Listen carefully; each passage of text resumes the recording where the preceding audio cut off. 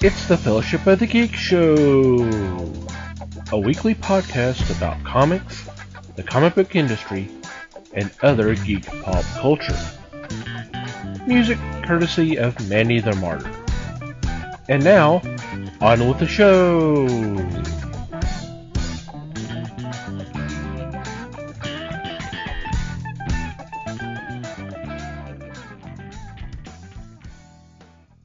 Hey there, everybody. It's the Fellowship of the Geeks podcast. My name is Thomas Schick, and joining me for this episode is Mike Marlowe. Hey, gang. Les Webster. Hello, all. And Liz Newman.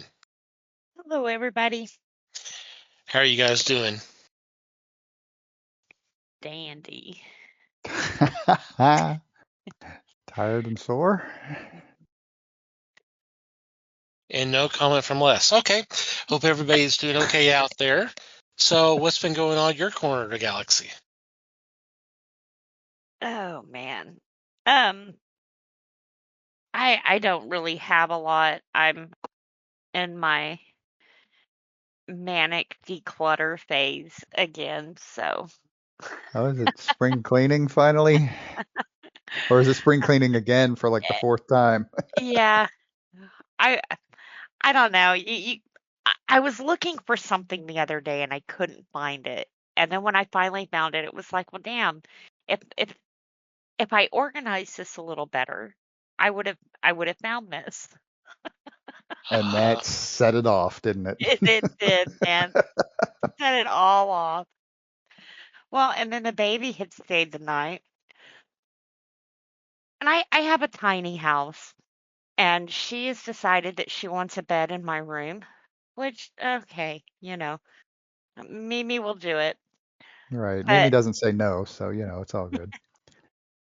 well, I got tired of my desk being where it was at, and I decided to move things, which that was the first mistake. I moved her bed. So when she stayed the night the last time, she wasn't happy at all. So I said, okay.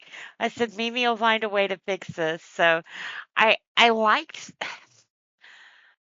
kind of liked the room I had, because it wasn't a lot of room, but we're not in the bedroom a lot. I think when I do my podcast is when I'm in here the most. So, it didn't bother me. There wasn't a lot of room, but I moved the bed up against the walls. I don't know how people sleep like that. I really don't know how people sleep like that. It's not easy.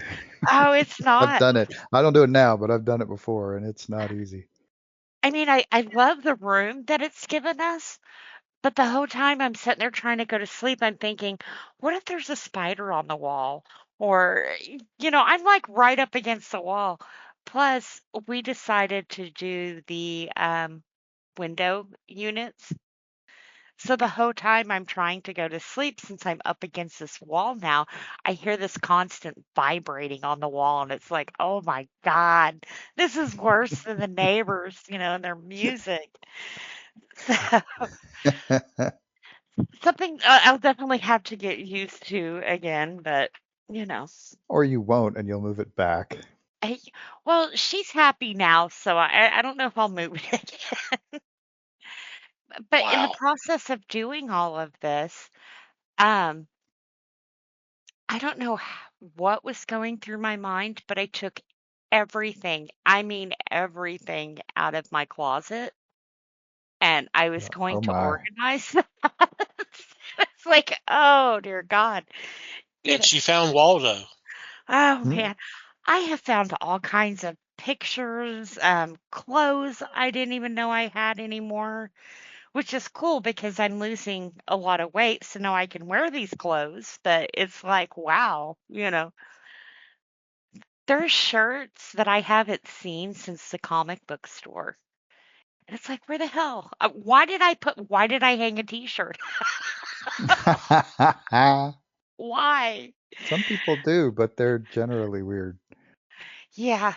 It is weird because nobody thinks, oh, I'm I'm going to put a t-shirt on, let me go to the closet, So, Right. They usually just bend down where they're standing and pick it yeah. up. go to the dresser, which of course, finding all this stuff, it's like, well, I'm not going to put it back in the closet. So I tore my dresser all apart. It's like, oh dear God. So by the end of the night, I'm done. I'm over it. Right, but it's not done. That's the It's problem. not done. But it was a farm weekend.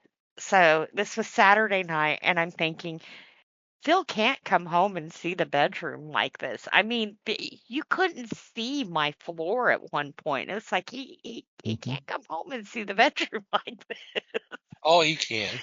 You He So, may not like what he sees, but he can see it. yeah. Well, see, I'm normally like passed out by the time he gets home. So it's like if I leave the room like this, for one, I wouldn't have had a place to lay down, but he would have definitely woke me up when he got home. What the hell? We've Yeah. heard he's loud when he comes in the door. We've definitely heard that before. But most of the time he doesn't care as long as it doesn't go over to his side of the bed or he's tripping over it or whatever. But I did get the room put together. I think she's gonna like it this way, so fingers crossed. And and the good thing of it is I don't have anything left to clean in here. So Well, that's cool. yay. Only took you like 4 days, but right? Yeah. Well, and it got me started everywhere else too, especially when I Right. saw a lot of the stuff I had hidden in my closet. Well, I won't say hidden, but it was hidden from me. It I'm was not out of hiding it sight. from anyone. Yeah. Right. I'm a big But out of sight person. If it's out of my sight, I don't know it exists anymore. It's bad.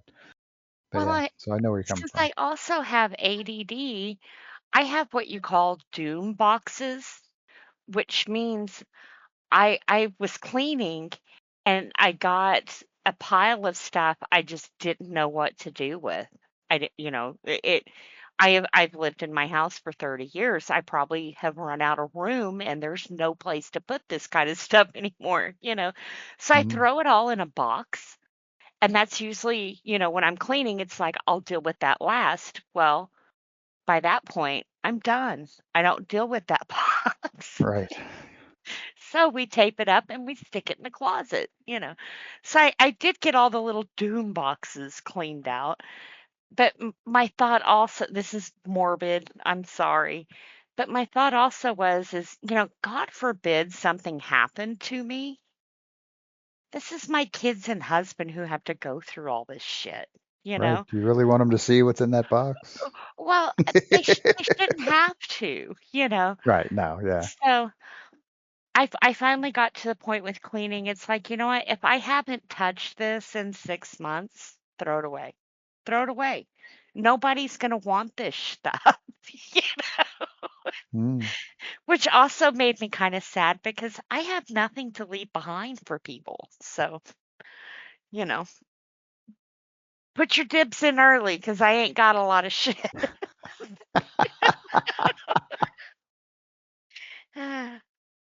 oh gosh. So yeah, I haven't really got a chance to really watch anything or do anything or. We did go watch the Superman movie though. Oh, cool. Yep, that wa- And that was pretty good. I have to agree with Les and Thomas on that one. That was pretty good. Um, the only thing I hate is now that I've seen it, I've unblocked it from the computer. Oh man, I'm thinking about blocking it again. Go for Now it. I won't go into the whole Zack Snyder conversation because I think we all know where everybody stands on that. But my thing right now is everybody wants to compare the new Superman to the Man of Steel. Why can't we like both movies? Why can't we just be happy that both of them were okay movies? I mean, you know, it shouldn't. I get tired of the pissing contest that goes on every time DC releases a film. I'm just so over it. And it's like, at some point, his fans need to realize that they're probably hurting his career a lot more than they're helping him at this point. Because who wants to deal with that mess, you know? So I don't know. Like I said, crunching, who is it? I think it's Comic Book Resources. I really don't like them. I don't know who the little angry man who writes most of their articles are. It- I really don't like him. Everything is verses. He was saying that this Man of Steel compared to Superman isn't performing as well as Zack Snyder's if you crunch the numbers for inflation. And you're like, huh, okay. But when you crunch those numbers, did you also inflate the production numbers? Because you can't have it both ways. Either you're going to inflate the profit, which means you have to inflate or give way for inflation for the production too, right?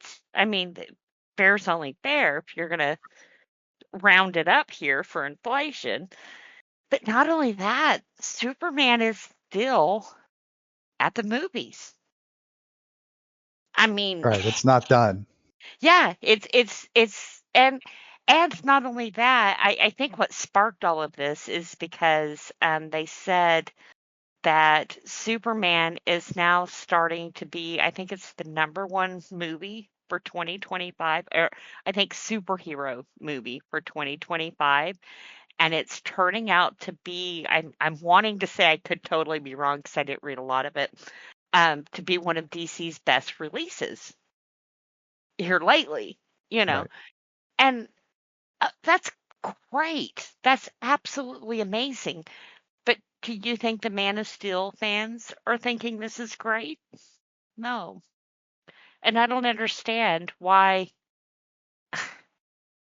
does everything have to suck so your guy can look good? I don't get it. It's just, yeah. and here's the thing. Snyder and Gunn are good friends. Yeah. They're good friends. And Snyder's actually came out and said he enjoyed the film. Yeah. But you think see, maybe he But needs to. That's now one thing I wish he would do sometimes is publicly pull the reins. Hey guys, why don't you and back they the fuck off for a minute, and, okay? and they've worked together too. the problem, Liz, is that Zack Snyder doesn't have anything to do with this anymore. Right. Mm-mm. Yeah. At this point, He has nothing to do with any of it. I mean, honestly, he barely ever did in the first place. There Right. was a time for a little while where he was feeding the trolls, but it Well, didn't he was last all the that long. trolls. Yeah. And they took off, and it became a thing in and of itself. It has nothing to do with Zack Snyder anymore. Yeah. And I'd be willing to bet he would be the one of the first to say that in public Or if to anybody asked him. congratulate Gunn, Right. And he did. And, great. That's awesome. I'm glad he liked the film. But yeah, his trolls are not him anymore. It's a totally different animal. Well, see, then he should say something. They did that report where they said that he was using bots and stuff during the whole Restore the Snyderverse. Okay, well, you started this snowball. You need to stop it now because, I don't know that he ever denied any of it, but I don't know for sure that he was ever really directly involved either. yeah, he But was. They well, I mean, it's I mean to that extent. I don't mean Yeah. at all. He definitely Yeah. was at some point. Like I said, he was feeding the trolls, Mhm. but I mean, And why I would and he I go feel that far? bad because he wanted his movie out. That was before Justice League was remastered. I don't even know what you want to call that. Redone? I wouldn't say because it was the original movie, but then he reshot it and made it a different movie. So it's like I don't know what that was. Whedon did reshoots and Yeah, added Joss Whedon did that. stuff. And then then he came back and there was like an actual director's cut or something, right? Am I crazy? Am I forgetting? But Am I yeah, remembering then this wrong? he There was came back this and did the the Snyder's director's cut, which was 4 hours The long. 4-hour long one. Yeah. and sunk what, another 20 million into reshoots and stuff on it. Something like that, yeah. Yeah. It was absolutely stupid. You could make a whole movie off of what he did with it, but yeah, Pretty much. if you had any sense. It was absolutely very sad what happened to him, or I should say his daughter, during the shooting of that movie. Any person would have stepped away the way he did, and nobody is downing him for that. Nobody is saying that that was very bad that he did that, but that's a choice that he made during that time. I thought it was very poor choice after all these exceptions are made for you during this time to go, oh, well, that sucked. You totally fucked everything up. And now let me get my fanboys geared up. So for I me, mean, it right. ruined the whole movie, you know. Oh yeah, the whole concept of the movie went to hell in a handbasket real fast. I mean, and Yep. if you ask me, what Warner Brothers did with that movie after when Snyder walked away the way he did Mhm. was pretty shitty too. It was. It I mean, absolutely was. But it didn't help. devil's advocate here, put yourself in DC shoes. Here is the movie of the summer that is supposed to be coming out. We have hyped it up. We have marketed the hell out of this. And then tragedy strikes. They were rushing, they were Sure, scrambling to get that sure. movie. They had too much money on the line. Well, So I don't fault them for getting the movie out. I yep. do fault It, them for making dramatic changes to the tone of the movie yeah. in a rushed way to do something to it in order to get the movie out. They could have finished putting it together. The people who were working with Snyder to make that movie could have finished that movie technically without Snyder in the same tone that it was begun, because they were that close to Yeah. finishing. To bring in someone like Joss Whedon to reshade the thing is weird. I Well, mean, that smacks of a that studio that wasn't doesn't all trust its Whedon. director. Yeah, that was No, DC right. going, No. I'm not blaming hey, Whedon for it. this is a little dark, let's clean this up. Right. Who And can lighten this up? Well, Joss yeah, Whedon's good at that. Josh Whedon can. Yeah. Sure. I mean, but yeah, And the idea that they brought in somebody to do something that drastic to it at the last second is and a little he weird. caught a lot of shit for doing that. He So it's did. kind of like, you know, I don't know. Like I said, that whole situation, it was very, very It was sad. I'm very not weird and saying awkward that and he terrible. didn't have a reason to walk away, Hmm. but it's like his fan base need to remember that there was a tragedy there and there was a reason why he walked away. You know, you don't need to keep throwing him back in it because now he's over at Netflix. He's doing great over at Netflix. Leave him alone. He's past DC. He's Right. over it. He's He's already he's on an to zombies, he's an artist, and he's going to do what artists do, which is keep making art. And Yep. He he's tried superheroes. It didn't he work. oh, Oh well. he did Let's superhero stuff for a while, and some of he it worked did. and some of it didn't. And Right. and he's doing Yeah. something else now. And I agree. And I And loved what he that's did with Army of Darkness. And you won't hear me say that very often. you know, I liked what he did with that. It was different. I have watched so many zombie movies that and TV shows and everything else that it's really kind of hard to throw a story at me that I haven't heard with zombies. So what he did with Army of Darkness, wow, little different, not gonna lie, but wow, it was different. Mhm, It wasn't the mhm, same shit or Star Wars chewed up and spit back out at you. right. This was actually something different that he did. Wow, So, that was a subtle dig. Jeez. yeah. Well, even he said he's done with Rebel Moon. So, I think he realized after he put it together and saw everything put together, he realized why Disney and George Lucas shot that story down. You know, Hmm. just it didn't fit very well, But let him do other things, Hmm. let Gunn have a clean base. Let him come in and give him a little breathing room. People told him Superman was going to suck and fail before it even was written, you know. So it's like we're trying to repair a fandom here. Yeah. Right. And Let's it's give him a little breathing room and and some it's band-aids and and you it's know. still kind of broken, and I mean that may not change for a while yet. And so we Well, just I we're mean on a good but start. right, this is a I great think start. Superman is an absolutely great start, and people are like, "Oh, he fixed it." No, we're not fixed yet. This is no, this You is gave not a us too much fixed. crap. Again, it's not it shouldn't be a fixed. It's just a moving on. It's just a, Yeah, okay, we're going to do this now instead. And yeah, that's all it should be, and that's what you're going to have a hard time getting out of the fanboys. yep. But I love the direction he's taking it in. I mean, yes, it's Superman. Have we seen Superman movies? Oh my God, yes, we have. Over and over and over and over and over again. But this was actually kind of a different Superman story. You know, it wasn't the same story.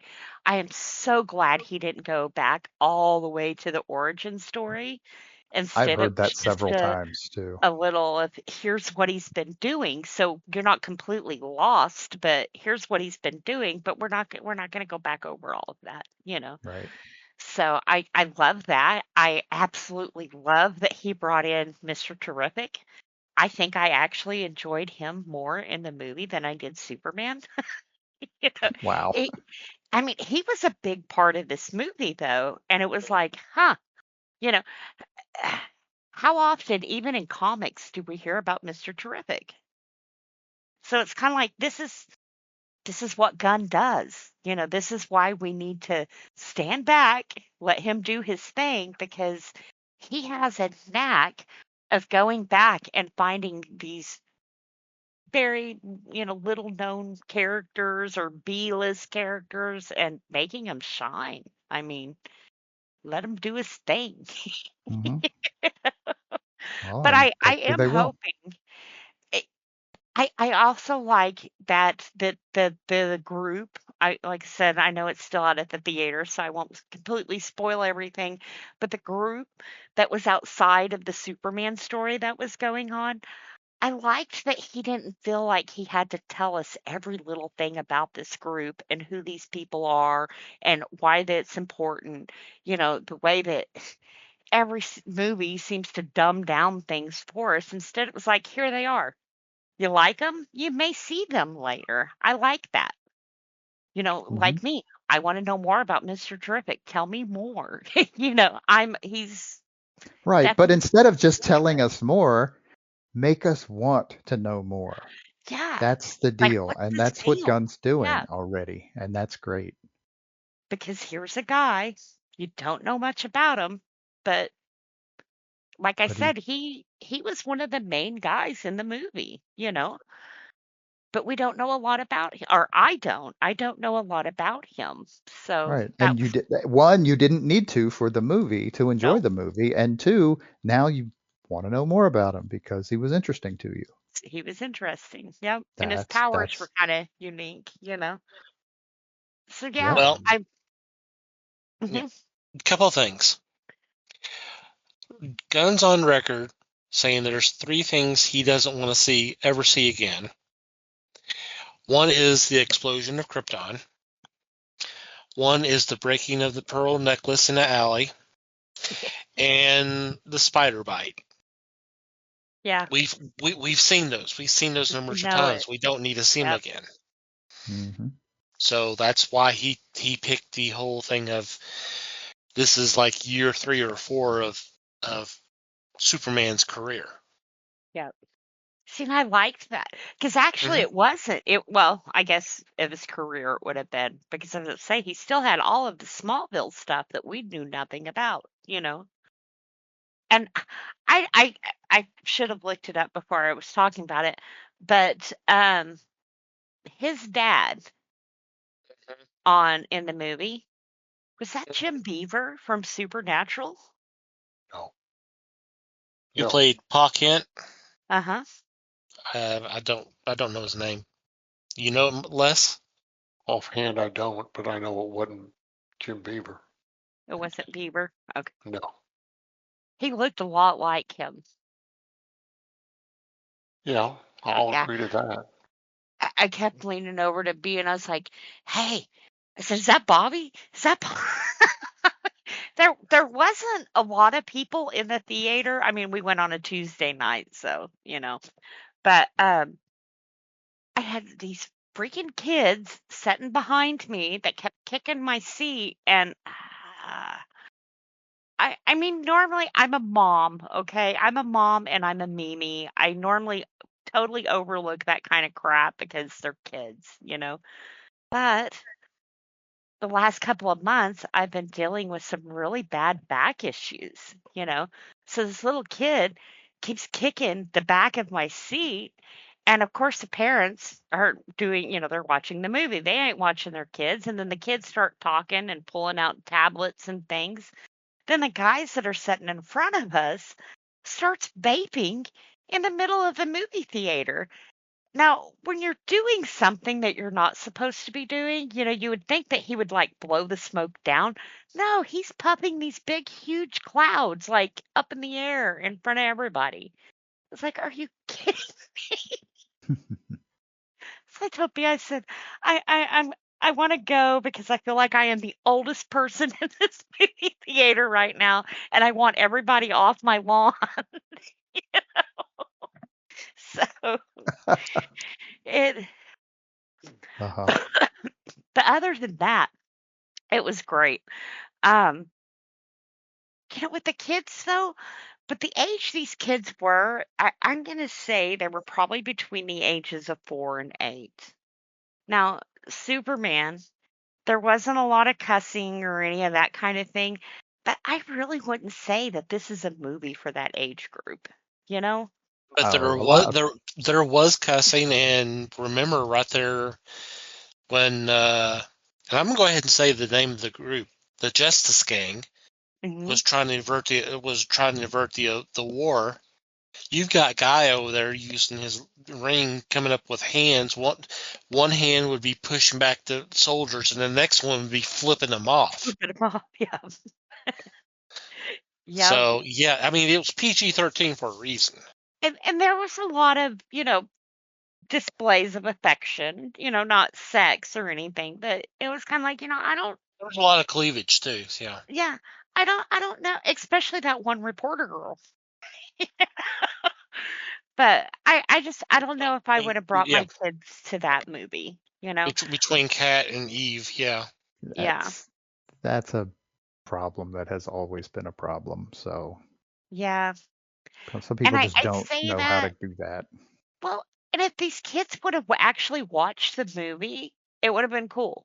I don't have a problem with that. But if you have a kid who has the attention span of a freaking gnat, don't take them to a movie.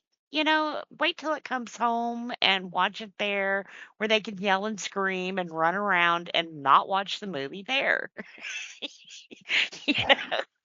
But I was good because I didn't say anything. I didn't say anything. So, you know, but definitely after sitting for 2 hours and being kicked in the back for 2 hours, I was really sore. And I told B then, I said, it will have to be a really fantastic special movie for me to repeat this experience again. Fantastic, huh? Yeah. I mean, by the time you bought Oh, tickets and popcorn, you're almost up at $100 anyways. And it's like, I just don't, I don't know. Well, I, that's the thing. It's like it would have probably been cheaper to get a babysitter, but who knows? mm-hmm, I don't know. definitely. I Especially don't for a know. kid who's not going to watch a movie. Now, Leanne is 6 and she wanted to go watch Superman. And that's what I told James. I said, let me watch the movie first, and then we'll see. I you, I told you, him I you are wouldn't not take her. inclined, Yeah, right? I wouldn't take her to watch the movie. We watched, it's not Superman, it's Marvel. I said, but we watch enough little Iron Man and that kind of stuff on TV that, maybe when it comes out at streaming, you can watch it and that way you know what to be prepared to talk about and that kind of thing. But it's not a real ooh, look, Superman's fighting and flying kind of movie. It's not. So I'm not saying it's not good. It's just not a kids movie. Right. Something else I wanted to point out that I've been reading here the last couple of days. Hmm. Something that we've been hoping would have been happening all this time apparently is happening with this film. It's getting people to read the comics. That's Ooh, good. Yep. that's Read awesome. comics and adopt dogs. You can't ask for anything better, man. Right. How Well, is I this mean, not the greatest movie of all time at this point? Right?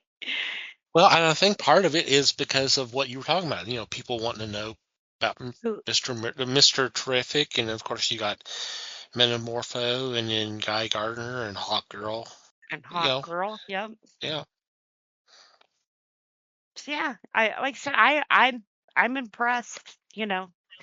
I I know I've had differences with Gunn as far as him personally. I don't like him, but he can make a really good movie. So I'll give him that.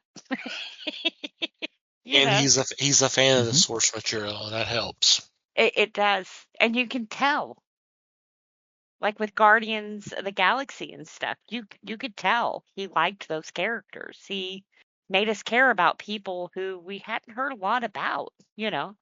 And now it's one of the more popular teams. I mean, who else would put the Suicide Squad against Starro? Yeah. Or put freaking Weasel Man in the Suicide Squad. Who does that? Gunn did. And he made it excellent. Although I've seen a trailer for Peacemaker 2 that's about to come out. And I swear to God, if he pulls this multi-dimension, it was a bad one and this is a good one, I'm going to lose my ever-loving mind. You can't do that.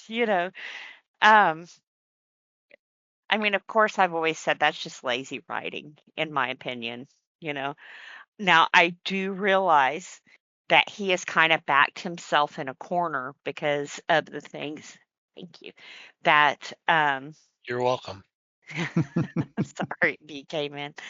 Um, he backed himself into a corner because the actions that Peacemaker took at the end of Suicide Squad by killing was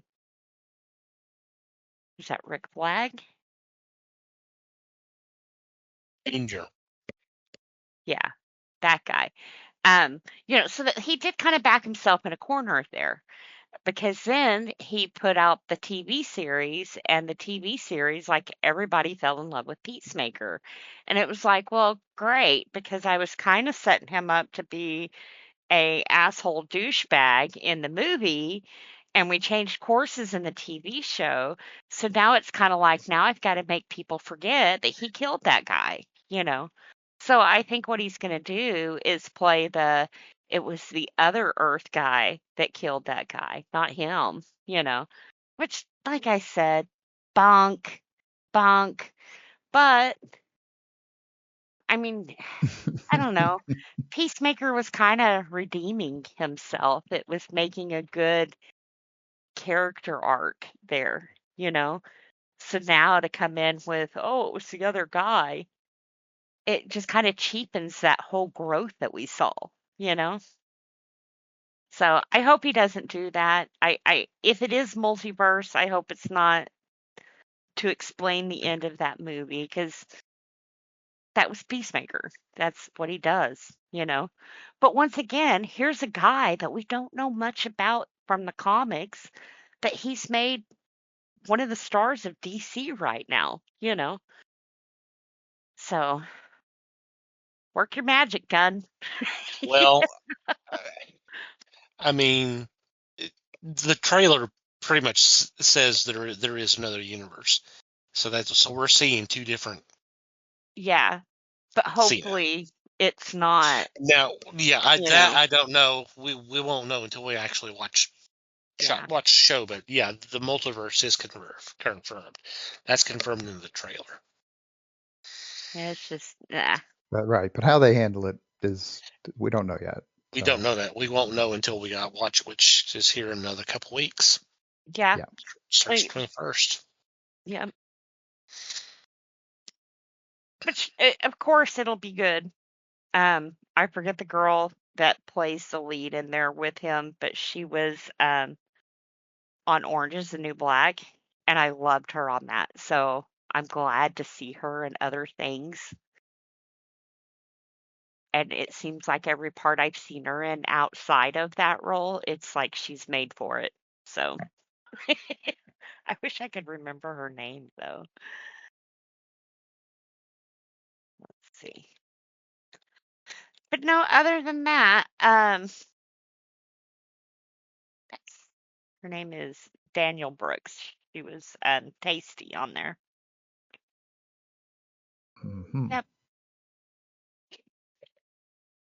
Okay, Mikey. All right, and I quote, "Get ready, Mikey." See, are you ready? I am ready. I thought you meant immediately. I didn't know. I didn't know I'd That's go off on the peacemaker thing and that's stuff. that's all right. Nothing wrong with it. I just think it's funny. Um, yeah, I got no. I'm kidding. Um, uh, I watched a movie this week, and I went back to another older one, another older sci-fi one, because I realized I hadn't seen it, which kind of surprised me given how much I've heard about it and how much I've heard about the remakes of it. Um, so I watched the 1957 movie Not of This Earth, Okay. because I hadn't seen it. I thought it might be interesting, and strangely enough, I did find it interesting. I mean, it's a very narrow angle view most of the time. There's not, I mean, there's a couple of sets and they get reused quite a bit. Um, and there's not really that many people. Um, you've got the nurse. I mean, a lot of people are familiar with it because not only has it been around forever, it also had a remake that did reasonably well. It was at least well known. Whether it did well or not, I guess I don't know for sure. But um, so it's another alien invasion story. Not to be too spoilery about it. Um, and this time, the aliens are looking for a food source for their nuclear war ravaged planet, which is dying, and their species is dying. And they need blood. They need fresh blood. And human blood, they sent one guy who calls himself Mr. Johnson. And he's he's working on figuring out if human blood would make a good food source. And he's got it all set up to just essentially just start teleporting people back to his home world, Hmm. basically for food. Fast foods. There's this is not a perfect plan, and there are glitches in it, and it doesn't work as well as they wanted. Um, and honestly, unless I'm forgetting, they don't really ever say for sure that human blood was going to work in the end. The whole thing gets foiled essentially by a nurse, because Mr. Johnson goes to a doctor basically just to get a blood transfusion, and is thoroughly shocked that the doctor actually wants to like study him and like run tests on him to figure out what to do. I mean, he didn't. Mr. Johnson didn't have a very good grasp of humanity. We'll put it that way. And so he brainwashes the doctor, and then the doctor's like, okay, well, if you're gonna need transfusions basically every day, then we're just gonna they can hire the nurse in his office to just basically go live with him for a while. Which, I mean, I don't know how normal that was in 1957, but I don't think that shit would fly today all that well. But and Beverly Garland does a delightful job in this movie in that role, that nurse role. She's great. She's probably the highlight of this movie. And she's dating a cop, and there's when she gets to this Mr. Johnson's house, it's this big old mansion that there's not really any explanation for, and he's got this guy working for him who's apparently a convict or something, a criminal of some sort, and so the cop doesn't like him, and it basically, not to go into too much detail, the whole plan for Mr. Johnson to save his homeworld falls apart. But not before we rack up quite a body count, to be honest. There's no gore in this movie or anything, but a lot of people die. But like I said, Beverly Garland carries this thing. I mean, and except for the fact that, of course, it's 1957, so a woman can't actually win by herself. Other than that, she basically carries the whole movie, and it's pretty good. There's some weirdness in the way the film is actually cut at the beginning, but it's not really that bad. It's not that jarring. And this one was actually directed by Roger Corman. So, I mean, apparently it's funny. I was reading about it later, and apparently he pissed off the guy playing Mr. Johnson because apparently Corman wanted him to wear the contact lenses all the time because there's a thing with the eyes, which is actually fairly important to the plot, but I'm glossing over it anyway. And the guy was like, the contact lenses are terrible. They suck. They hurt. I don't want to wear them all the time. And he's like, yeah, but you got to wear them all the time because you never really know when you're going to need to pull them out. And he's like, no, screw you. And he leaves. He quits before they're done shooting. I mean, it's near the end, but so there's a couple of scenes where Mr. Johnson is slightly different and doesn't have dialogue in certain scenes. And it's, you can guess why. But yeah, I mean, otherwise, I thought it was fun. It's not particularly long. And like I said, there's not a whole lot of action. I mean, mostly it actually does a pretty decent job in spots of building suspense, I thought. Not like scary stuff, but more so than I expected out of a movie out of a B movie from 1957 for sure. So I thought it was pretty well done overall. I liked it. And I just found it. It's on YouTube. I just search it up on YouTube. It's easy enough to find. There's plenty. I think there's probably multiple copies of it out there. The version I watched wasn't lit very well. It was a transfer of some sort, and so it was kind of dark. But mostly you could still make out what was going on. It was fine. Cool. Okay. All righty, Les. The remake you're talking about is one with Tracy Lords, Yeah. and it didn't fare all that well. But it has its fans. Oh, yeah, there are fans of it, but definitely not because of her acting ability. No, right. Yeah, I did enjoy that version too, but it wasn't something to write home about.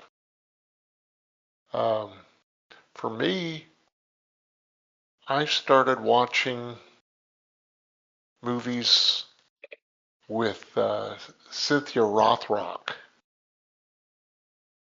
who I think is so much fun to watch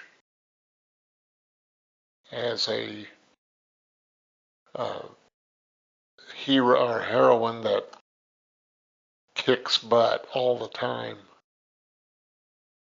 To me, she's excuse me. She is a person that knew how to extend her stature in the movie business. She was let's see, I watched 3 of her movies this past week, and they were just fun. Let me say that it was a hell of a lot more entertaining than Steven Seagal. So, to me, it was fun. It was enlightening and joyful. Uh,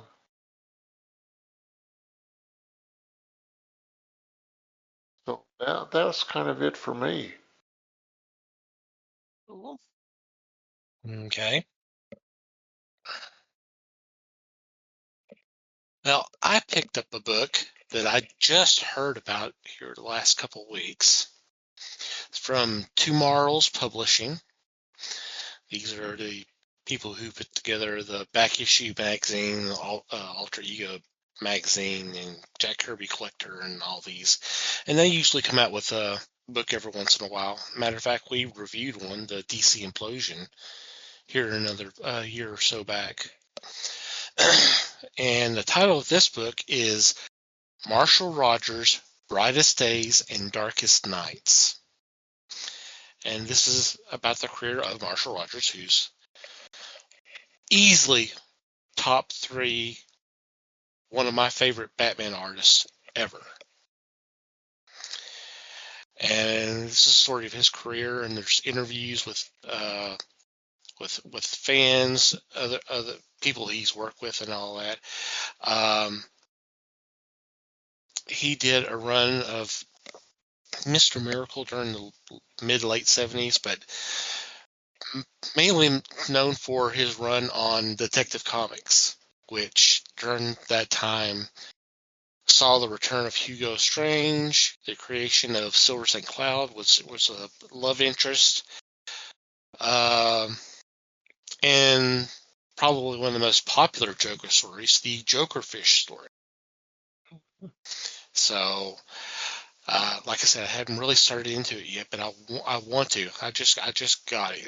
I've been so excited about reading this. So, like I said, he's one of my favorite artists, Batman artists. This is written by Jeff Mezger and Dewey Cassell, who wrote the Mike Grell. Oh God, what was the name of that book? Life is Drawing Without an Eraser, which was a really good book. So I have high hopes about this one. Mm-hmm. May I ask where you found it? I had found it on Amazon.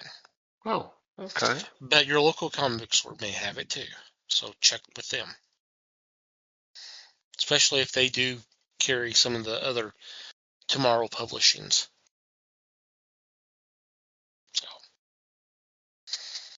So That's cool. Yeah. There's something, over time, when characters been around for so long, there's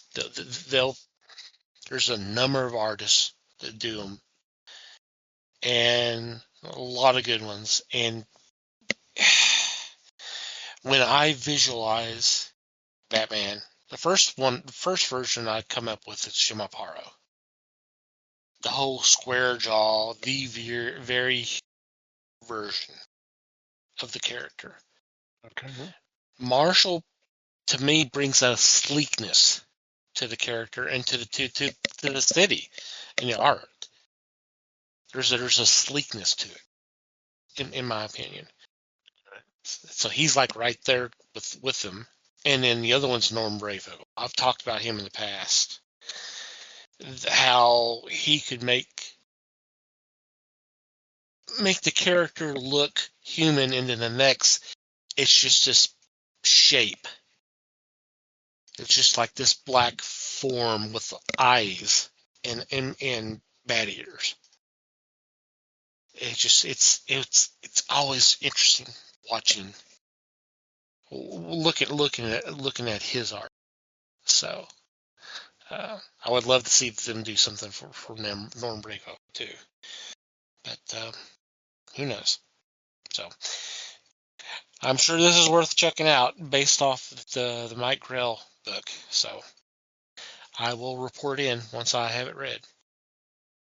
Cool. Appreciate that. Mhm. Alrighty, on that note, we're going to go ahead and take a break and get into this week's discussion.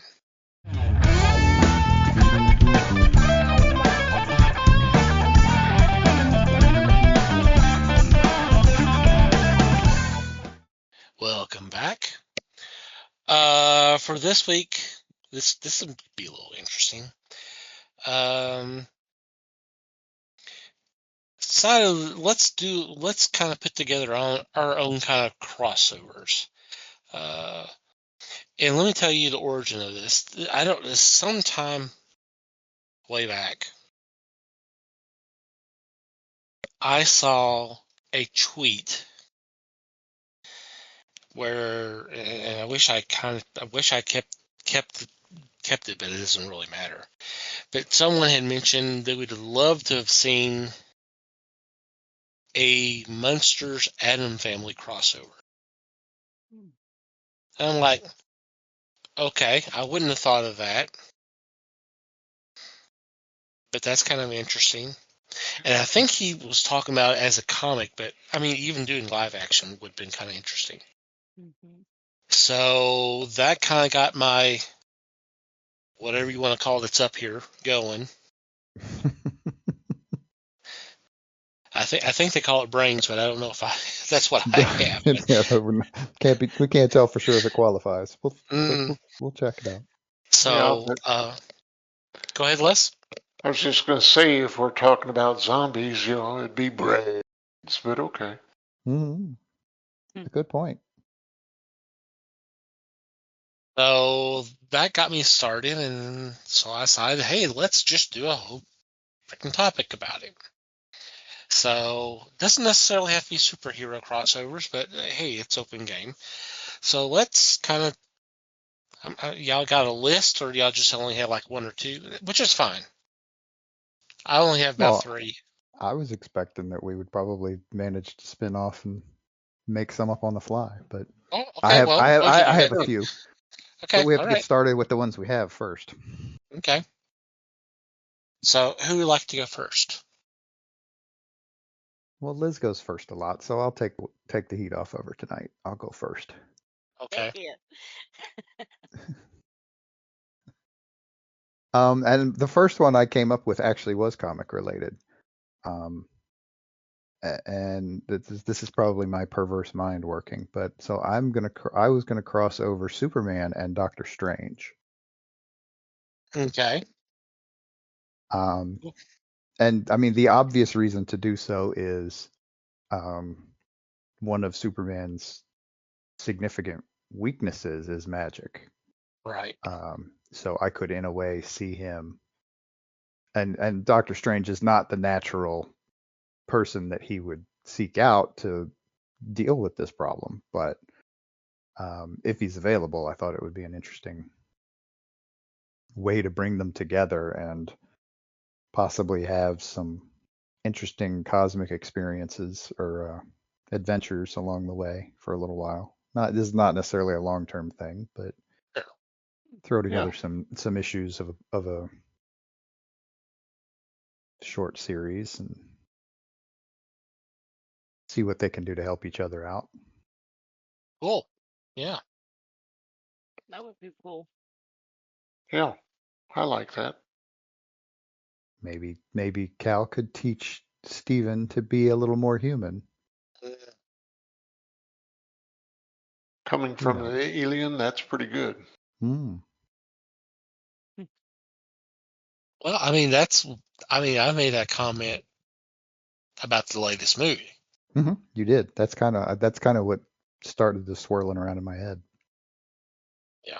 I may just made a comment last week, if I'm not mistaken. Hmm. So, okay. Very nice Interesting. choice. Yep. That is pretty Who, cool. who wants to go next? Les? Okay, for me, as far as the comic goes, I was thinking of Captain Marvel and Captain Marvel. And who? Both of them, Captain Marvel. Uh, DC Huh? version. Okay. So Just Captain Marvel / Shazam. Which Captain Marvel will be Marvel's? the 80s version? Huh? 70s Mar- version? Marvel. Oh, Marvel. Marvel. Okay. All right. You're not gonna get any. You're not gonna get arguments without me. You know I'm a Marvel fan. Yeah, I wish that they would have taken a little more time with him instead of shuffling him off to the dead zone.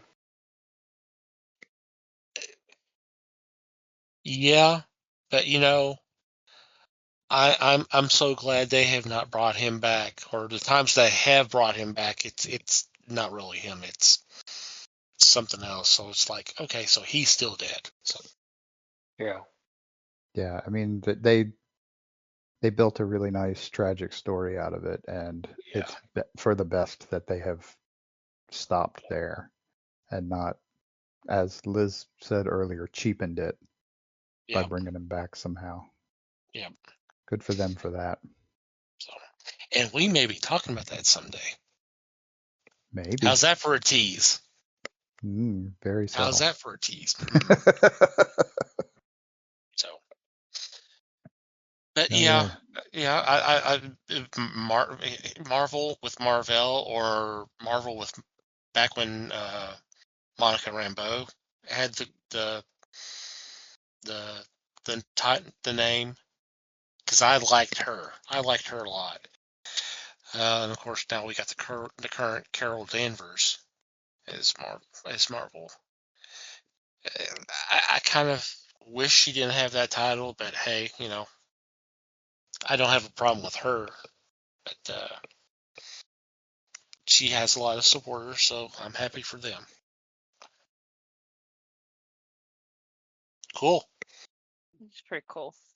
Yep, I would like to see that. Okay, Liz. Well, I only have one comic book crossover that I did. And I think we've all talked about it before, but I think our man Huck needs to meet the Man of Steel. That'd be cute, wouldn't it? Kind of show him how to use his powers and how not to have people take advantage of him, and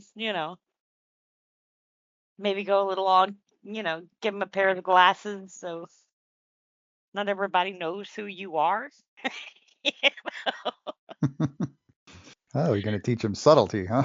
Yeah, Well, because we saw by him not keeping it a secret what he does, that got him in trouble. So he needs a little advice, and I thought Superman would be the wholesome one to give it to him. Kind of the perfect situation, right? Hmm. Well, see, you want to go that route. Here's another possible meetup. How about Superman and the Iron Giant? Oh, Oh. oh, that would be. Oh. There was a game that Marvel did, or not Marvel. Was it Marvel? I can't remember, but I'm wondering why Superman was on there. I want to say it was a Marvel game, but it doesn't sound right when I say it out loud. But they put the Iron Giant, and you could team him up with Superman, and it was like, oh, that would be too sweet. Wasn't there a DC fighting game that was something along those lines? I don't Maybe it remember what it was was the called. DC one. I've tried a couple of the DC games, but anything online, a lot of bots, a lot of bots. So Mm, Marvel yeah, doesn't well, seem to be as bad. I don't know if they filter it out, or I don't know, but I just read something today. It sounds like they're working on a game that's going to be basically DC's version of Rivals, which seems to be really popular. Rivals is pretty popular. And the DC game, the newest one they have out is called Dark Legions. And I don't know. It really lacks in a story. If you've played the Marvel game and then you play the DC game, Marvel kind of gives you a story that you're going along with. DC kind of does, but then they're like, "Oh, but wait, let's switch you now because now you're a villain and here's a different story." And it's like, to where it would be kind of neat if it was the same story but two different perspectives. You see what I'm saying? So instead of two different perspectives, they're giving you two different stories. So the villains and Right. the heroes' stories never connect, and it's I don't know. Well, if you're trying to avoid PvP, that's how you do it, honestly. And PvP Really, is its own mess, yeah, really, in those kind of games. it is. PvP I usually turns toxic really fast. I have found that anything now, if I have to talk to people and join a group, I don't want to play your game. I'm so over alliances and, oh, let's meet up and play. I'm so over that.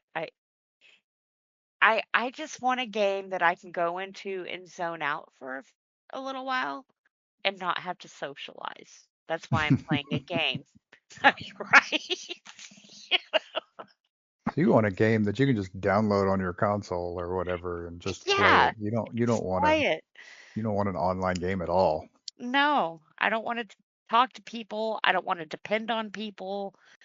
And I really hate it when you get into a game and you're like, "All right, this is solo play." Play it for a couple of weeks and then all of a sudden, "Oh, you need to join an alliance because you need this part and you can't get this part unless you join an alliance." It's like, fuck. Time to find a new game. Yep. So, yep. And I do because I don't like that. Right. Yep. And those kind of games are usually the ones that usually have a lot of dead servers. Have you noticed that? Right, because You're people forcing people to stop playing socialize. them. Yeah. Right. People go away after a while. And I mean, and that really happens in just about every game. Yeah. I mean, your game population, it will grow to a point and then it will stop and then it will start to decay. Yep. And that's Unless just you're part of the life spending money. cycle. And who wants to It's spend money on a game you don't own? Not me. I'll throw a couple of bucks at it before I get tired of it, but that's about it. right. It's good to know your limitations. Hmm. Mhm. A good man knows his limitations. Yeah. Harumph. So All right. said Harry Callahan. Hmm.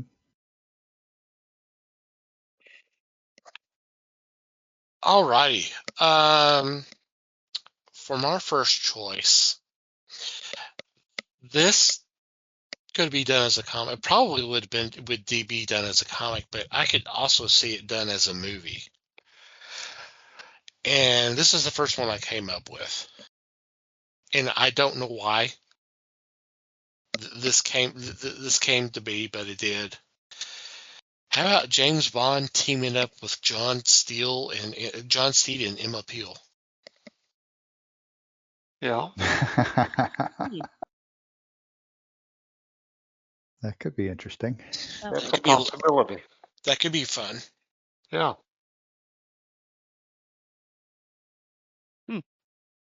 I like it. I am less familiar with the Avengers, I will admit. So Bond, but my thing would be Bond teaming up with anything is dangerous. Yep. But honestly, dangerous is also what Bond is, so that doesn't mean it's a bad thing. Hmm. You would want it to be a one-off, but Yeah. because everything's going to explode, that's what Bond does. Mhm. It always amuses me when Bond gets lumped in with like espionage and spy movies. James Bond's not a spy. James Bond was never a spy. James Bond is a catalyst. James Bond is who they send in when they want something destroyed. Yep. He is the espionage version of an airstrike. Nothing subtle about him. Nope. Which I think is why he would probably be fun to cross over with Steed and Peele, because it's a slightly different mindset, if I understand correctly. But Yep. yeah, Yep. Exactly. it would almost be fun to have them in like a movie together and have Steed and Peele like working furiously to try to avoid or to stay ahead of Bond as he's coming through and just destroying everything in the way. I mean, in the generally entertaining and suave way that he does, but that might be fun. Mhm. What about Steed's later partner, Tara? Okay. I could see that built for a movie. Yeah. I mean, that could work too. Yep. I'm just Overall, more good familiar choice. with. Yeah. I was just more familiar with Peel. Yeah.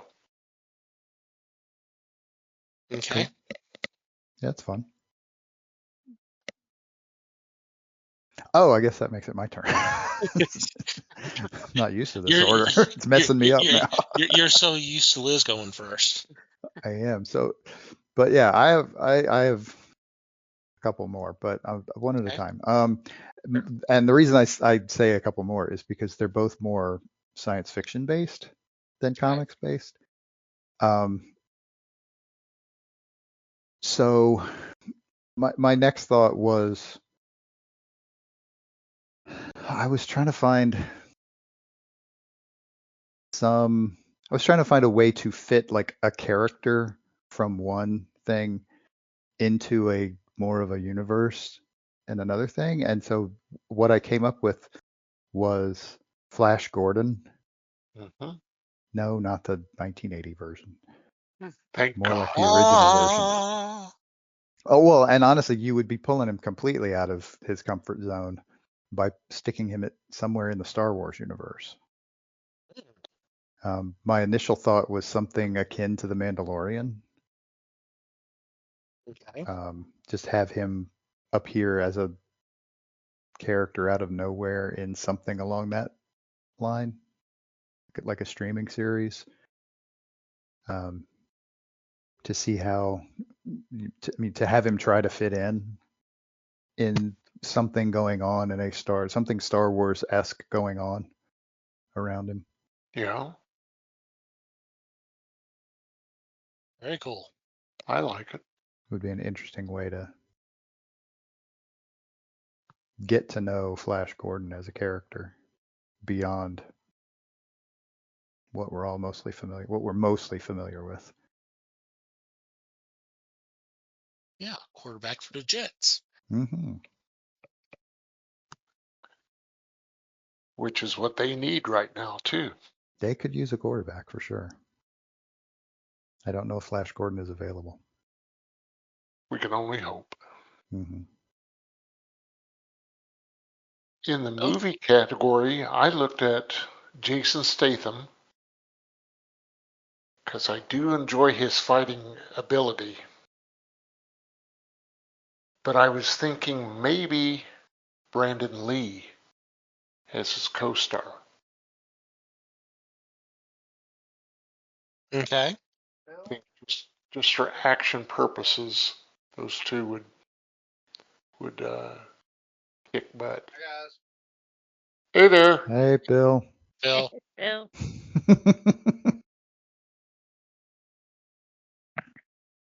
Came in tearing my computer up. That's not cool. No. And just leave all this in, Mikey. Oh yeah, there's no way this is coming out now. Yep. When it was just Liz didn't mute it, I could have, but nope. Another random Phil appearance. It's in there. That's all right. Start charging for these cameos. I know, right? Don't tell him that. And speaking yeah. of Liz, yeah, But that could be fun. could be. Yeah. I haven't watched a lot of Statham movies.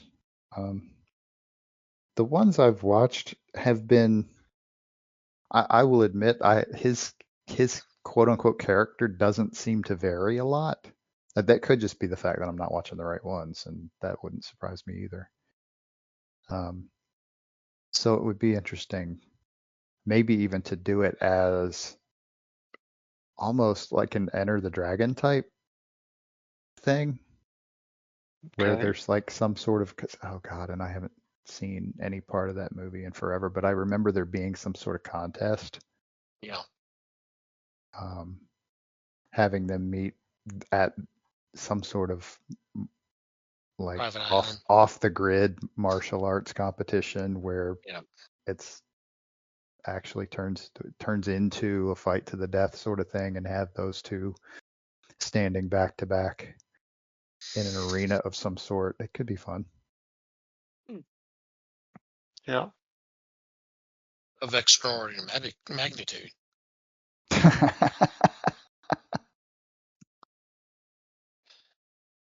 Oh yes. Oh yeah. Someone had to say it. Uh-huh. Liz is like, what? She didn't make it that far through the movie, I don't think. Probably not. I guess not. This gotta was have. in the black hole. It's been a while.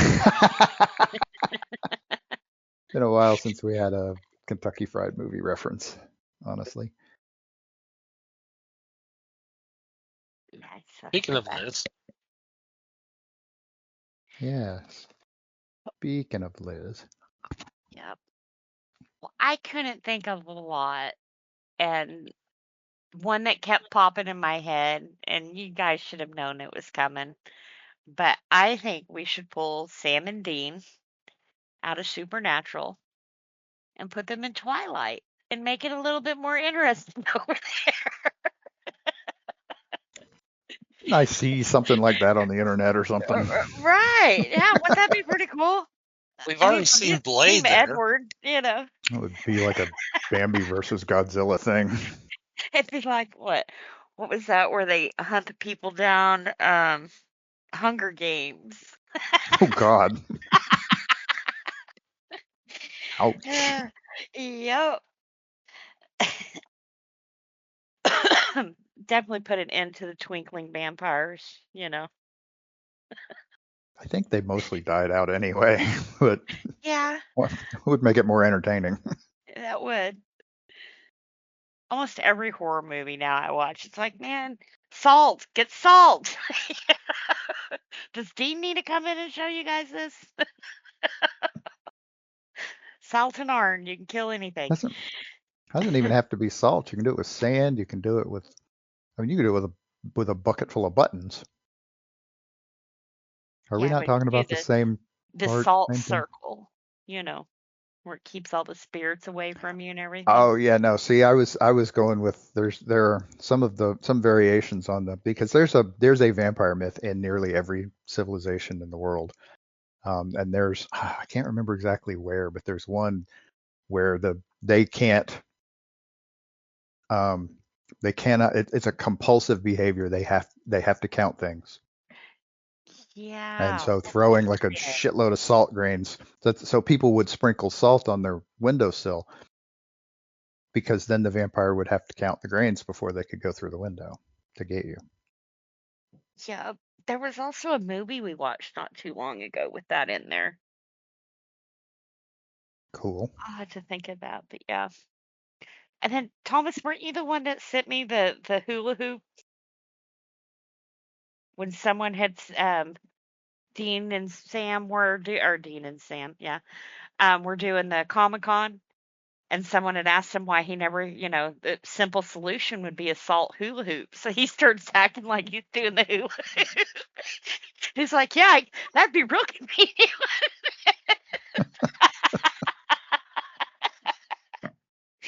And then, of course, Sam Wow. gets up and he starts acting like he's doing the hula hoop, too. Yeah, that'd be so easy.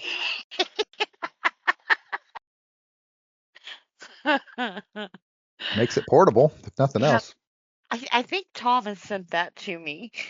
I may have. I don't remember right now, but I've sent you some stuff. Yeah. He ain't admitting it in public now. That's for sure.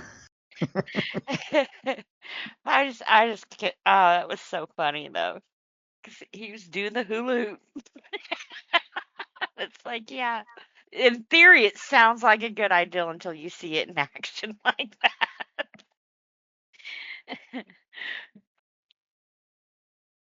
Well, another way to keep them out is see if they can try to find the sailboat in the picture.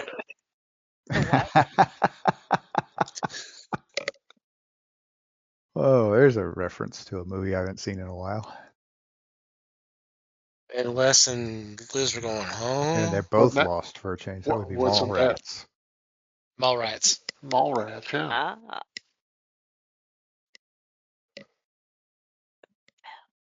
What's his face could never see the sailboat, but everybody else could see it. Willem, I think was his name. I think so. Now that you mention it. He Stan packed a Kirby lunch. could see it. What'd you say, Liz? me? Nothing. No, Les. Oh, Oh, I'm even laughing at Bill. Stan Lee saw it. Yep. Yeah, He did. everybody who walked past was like, "Oh, hey, cool, a sailboat." And the dude's just standing there going, "Ah!" Pretty good movie, really. Mhm. It's a little bit underrated, but Yeah. it's a pretty good movie. That's the first Kevin Smith movie I ever saw, honestly. But you didn't see Clerks first. Nope.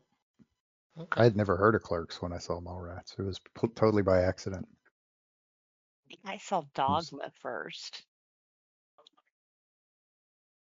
Dogma was the first one I saw in the theater.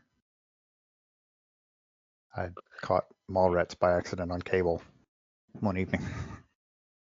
And I thought it was hilarious. Yep, Was funny. I've always liked his movies. I don't know if it was Mallrats or Jay and Silent Bob Strikes Back. It was either one of those was the first Kevin Smith movie I saw. Probably Mallrats. Anyway, I guess it's my turn. Well, I kind of have feet in both areas because it's sci-fi, but I could see it being done as a comic, not so much live action. One of the Enterprise's trips back in time hits an alternate universe where in 1999 the moon is shaken out of orbit, exploded out of orbit. And nobody gets it. Space 1999 reference. So Space 1999 and Star Trek. I wondered. Yeah, I've never watched Space 1999. I haven't either. It's kind of interesting. I haven't seen a lot of the episodes, but I've seen some of them. I thought it was pretty good for its time. Mm-hmm. Definitely the special effects and all that. But that's Jerry Anderson for you. Or Gary Anderson. Yep. All right. Cool. Mm-hmm. Is that me again? Get to you. Sure. Okay. All right. So this one I got a little silly with. And I think there's a simpler answer than what I came up with. But I came up with it anyway because I decided that I have no idea what I was drinking at the time, but I decided in the moment that what we needed was some way to make Plan 9 from outer space valid in the Okay. universe? Impossible. It probably. But and honestly, I mean, anybody who's seen it knows that the only way to make it valid, the only way to make it viable is as a comedy. So where my brain went with that was, well, let's do a crossover with Plan 9 and Mars Attacks. Yeah. If you're going to make Plan 9 a comedy, Mars Attacks is probably a pretty good template for it, because it's got to be a comedy that takes itself seriously to a certain extent, but not entirely. Because Plan 9 was shot so seriously that, I mean, honestly, that's most of what makes it funny when you watch it today. That's true. Because how could anybody take this shit seriously? And the answer to that is the only person who could was Ed Wood. And so I mean, at the risk of setting Liz off here, let's turn Tim Burton loose on it. Let's give it the Tim Burton treatment. And I eventually just came to the realization that I think I just want to see a modern remake of Plan 9 from outer space. But I'd want to be careful with who did it, because, again, that fine line between weird and funny. Yeah. And Burton did do the Mars Attacks, so that helps. Mm-hmm. Well, he did Ed Wood too. He did. Yeah. Right, and then so he's familiar. He knows the subject matter. He does. I'm just curious what Gina Ortega would play. Oh, man. I like her. Don't get me wrong. I like her. That's just his new Wyona. Well, you got to leave room in it for, what's her name? Shit. Helena. No, the newer one. Gina. Wednesday. No. His girlfriend. Who's he dating? Oh. I can see her face. I can't remember her name off the top of my head. It's almost there. I don't know who he's dating now. Just a bit out. Came up a couple of months ago. We were talking about it. I don't remember. I would say it's Monica Bellucci. Okay, Monica, there you go. it was Monica Bellucci. Okay. I mean, obviously, we have to dress her up as Vampira. Yep. Yeah. It would work. It would. She would be amazing as Vampira. Yeah. And I think we rewrite it so that she has dialogue this time. But time for go to bed. Huh. Cool. Late great Tor Johnson. mm-hmm. For me, delving into books, I would like to see a crossover of Sherlock Holmes and Doc Savage.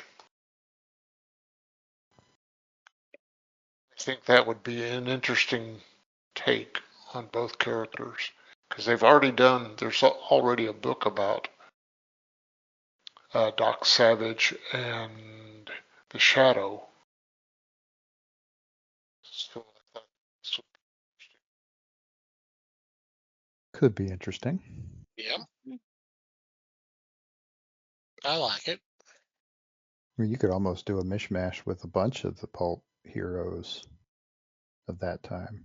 Yeah, the Spider and so many others. All right, and even the Shadow. Yeah. Yeah. I don't think Holmes would like the Shadow. Holmes doesn't like much of anybody either, but I think he especially wouldn't like the Shadow. I was thinking there was a book about the two of them. Maybe. Not by him, of course. Right. Okay. Could be fun. Yeah. It could be. Liz, I don't have any more. you don't have any more? Okay. Yeah, I only had a couple. Okay, that's fine. That's fine. I didn't put a limit, so that's all right. Not a problem. I would love to see this live action. But once again, this is going to be comic book. I would love to see the Gotham lit by gaslight have a visitor from California, the Fox. So Zorro and Batman, or vice versa, have Batman out in California. Yeah. Either way. Be fun. Yeah. That would be cool. It would. Could be a lot of fun. Mm-hmm. Similar motifs there. They have similar styles.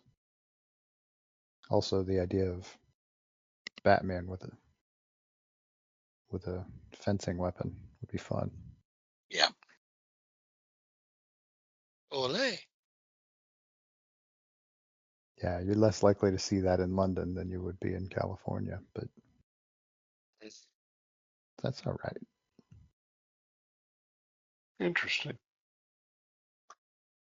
Okay, anybody have any others? I have one other. Okay. And this is the goofy one I came up with. A TV series Okay. with Camp Run Amok, which was a TV series back in the early 60s with Dave Madden as one of the people and Oh, is Nina that where he got Wayne. his start? Yeah. And along with Runaway Camp, or Sleepaway Camp, I'm sorry. Sleepaway Camp. I thought, boy, that would be on the edge for damn sure. The slasher movie? Yeah. Yes. Okay. Damn. Yeah. That's wild.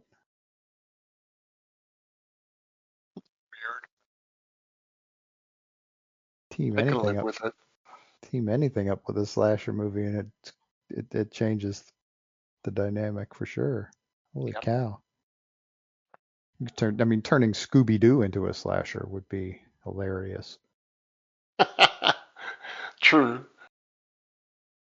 But we already have uh, Winnie the Pooh and Popeye as slasher movies, so Mickey. Don't forget Mickey. yeah. Well, I'm not saying we Or should or do it. I'm just saying it would be funny. or more likely, do forget Mickey. Do forget it, please. Right? Try. I. Well, how about Sleepaway Camp and Meatballs? Interesting.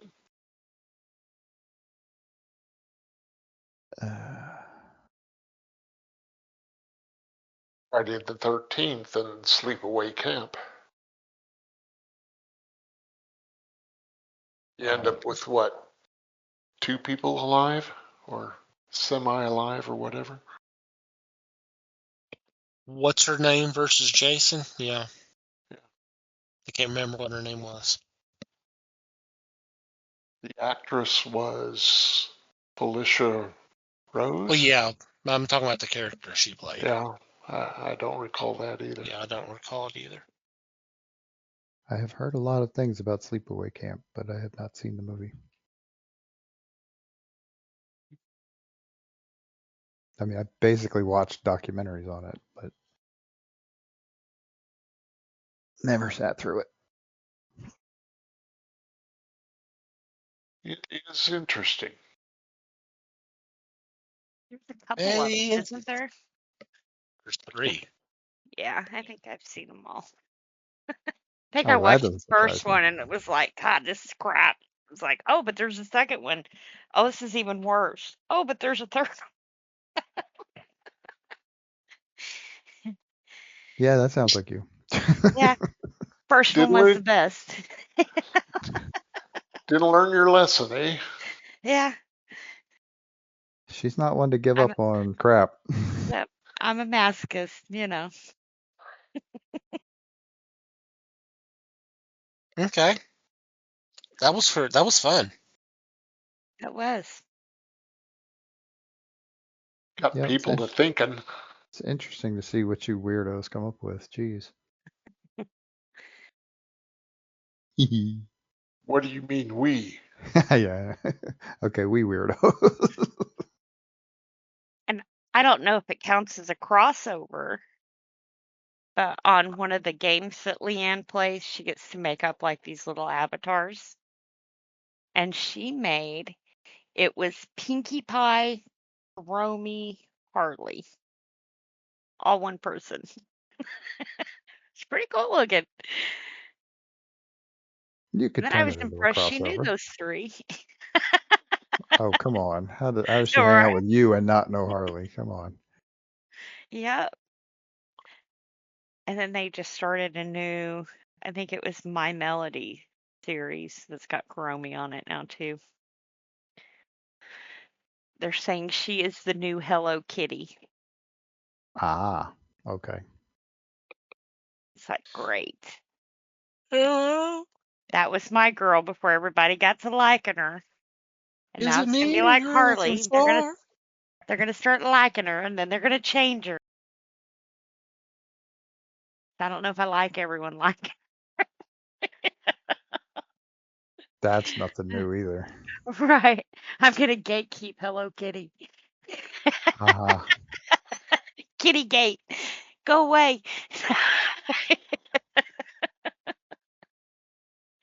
Yeah, 40-year-old property. You're going to start gatekeeping it now. Right.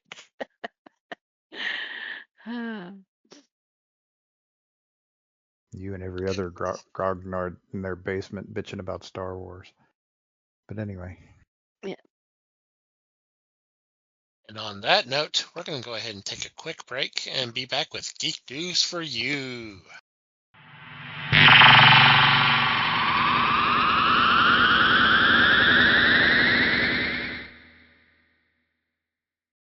We're back, and it's time for Geek News for You. In this segment, we bring a couple of news items to the table for discussion. And this week, it is Les and myself. And Les, would you go first, please, sir? You bet. Thank you very much.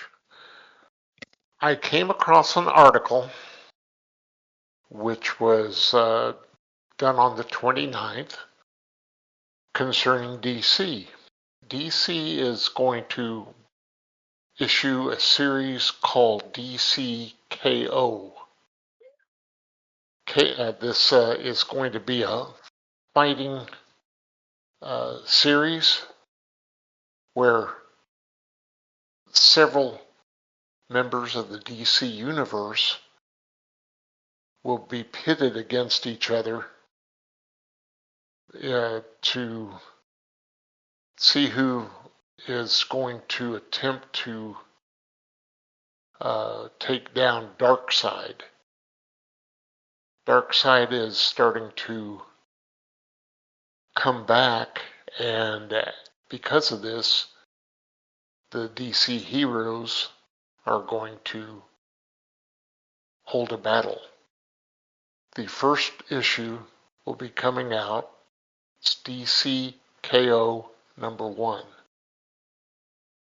And what I can gather from it, Scott Snyder and Joshua Williamson will be helming this version, and it will essentially tie the DC universe with the Absolute Power uh, titles, the All-In titles, and things like that. So you've you're going to have a mashing of these different groups, different characters.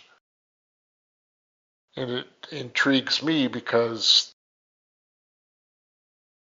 myself, I'm ready for this too, because I've got a feeling that this is going to be a blockbuster series, and will also be able to bring people up to date with several of the goings on of the various titles. Yeah, that's what I brought to it, and hopefully this will span out in record times and different titles. Okay. Interesting. Yep. So is Josh Williamson still writing Flash, or has he moved on to do other stuff at this point? It's been a little while since I looked into it. I know he was I writing have, Flash for a while. yeah, I have no idea. Alrighty. Mark the date. August 28th, 2026. Uh-oh. A movie that we thought we would never see will actually make a premiere, and it'll be a global premiere. Thanks in part to Catch Up Entertainment, who bought the worldwide distribution rights. And said movie is, y'all ready? Coyote versus Acme. Oh, wow. The John Cena one? The Wile E. Coyote versus Acme products. Was this anime? This was animated, right? This is animated, yes. Did it get?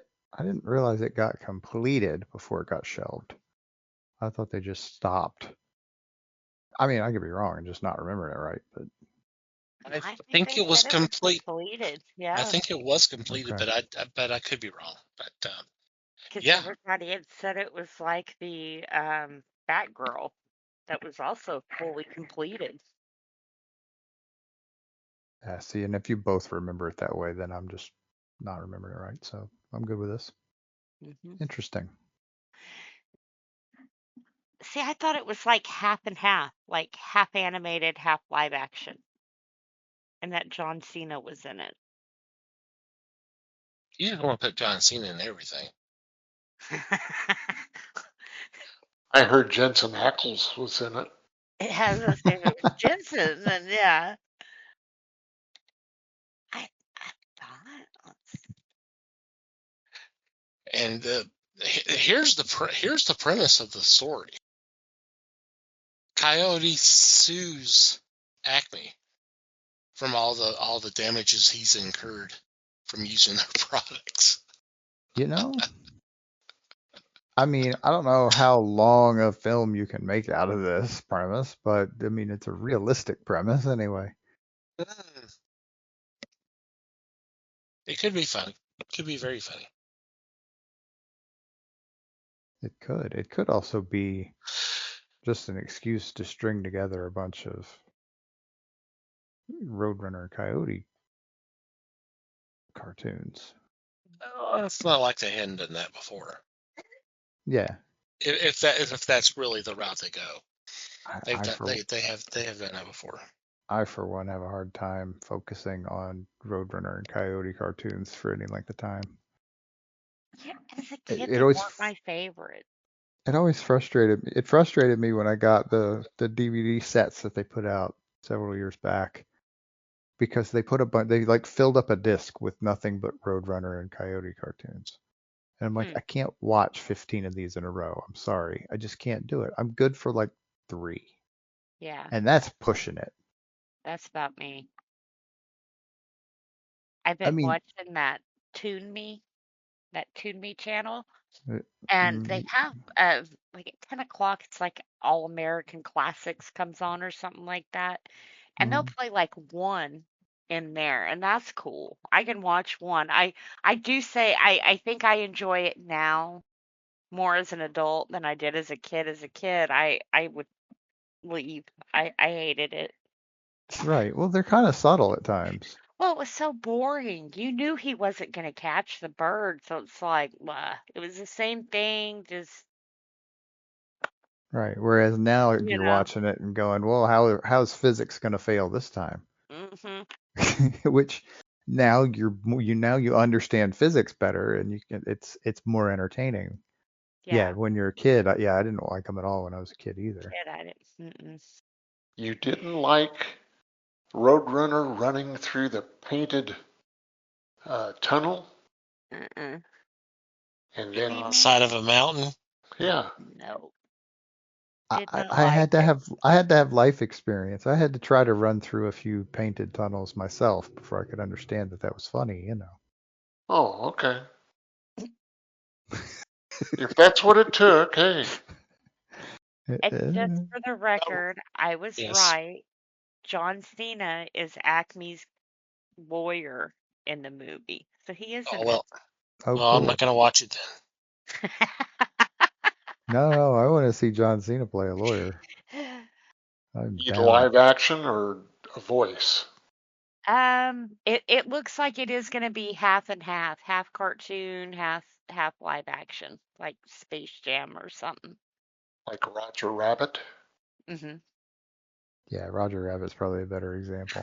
That would see a better example for sure. But yeah, it's gonna be like that. Very interesting. I am getting more interested in it just as we're talking about it. Although it looks like they cast a voice for Wile E. Coyote, and I don't know if I like that. There were cartoons where he talked. then. Yeah, he talks Every sometimes. once in a while, but it was just Yeah, not a lot, but weird. Wile E. Coyote, EK, genius. super. I like the way that rolls off. He talked Bugs Bunny. Mm-hmm. One or two of them. Yep. Hmm. Cool. Yeah. Kind of looking forward to that now. Hmm. And when's it due? August 28th, 2026. It was Okay. just announced last weekend at San Diego. Okay. Pretty cool. Maybe we'll talk about it next year. Yep. We might. Maybe yes, maybe no. All right. Any special shout outs or mentions for this week? No, don't think so. Nothing here. No. Okay, we'll go on to our regular shout outs. First, we'll have to thank Pop Culture Culture for allowing us to be part of the little great podcast network. Recommend that you check them out. There will be a link in the show notes. Also want you to check out the fine men and women who are kind enough to spread the word of the fellowship on Twitter by retweeting our links. And they're best known as Podern Family. Just do a search, hashtag Podern Family. That's all one word. You can just scroll through and check out what interests you, and hope you have a good time listening to them. Want to thank Manny the Martyr for supplying the music to a podcast. Be a link in the show notes where you can check out some of their other music. And thank you for downloading and listening to today's episode. We value your feedback. Our email address is thefellowshipofthegeeks.net. Or you can go to the website, go to the About Us page, and there's a contact form you can fill out there if you did we might have mentioned it earlier that we do have a Discord you can join. We have an open invitation on our homepage. Discord is free to sign up and it's free in the app stores. We'll post a lot of news items, stuff to discuss, stuff to laugh at, stuff to listen to. We'll have some activities on there from time to time, so if you want to come hang out with us, by all means do that. In terms of social media, Facebook, we're the Fellowship of the Geeks. On Instagram, Twitter, and Blue Sky, we're at Fellowship Geeks. If you like to follow our personal Twitter accounts, Mike can be found at Mikey Geek. Liz can be found at LN_Geek. Les may or may not be found at Fake Les Webster. And I can be found at TomTC Geek. And from wherever you download our episodes, if you'd be kind enough to rate and review the show, it would be greatly appreciated. Anything else before we say goodbye? Just thanks, everybody. Yeah, thanks, everybody. Appreciate you listening, and come up with your own mashups yourself. Mm-hmm. I'd like to hear them. Yeah. Thanks for listening, everybody. We appreciate the support as always. And until next time, geek on, my friends.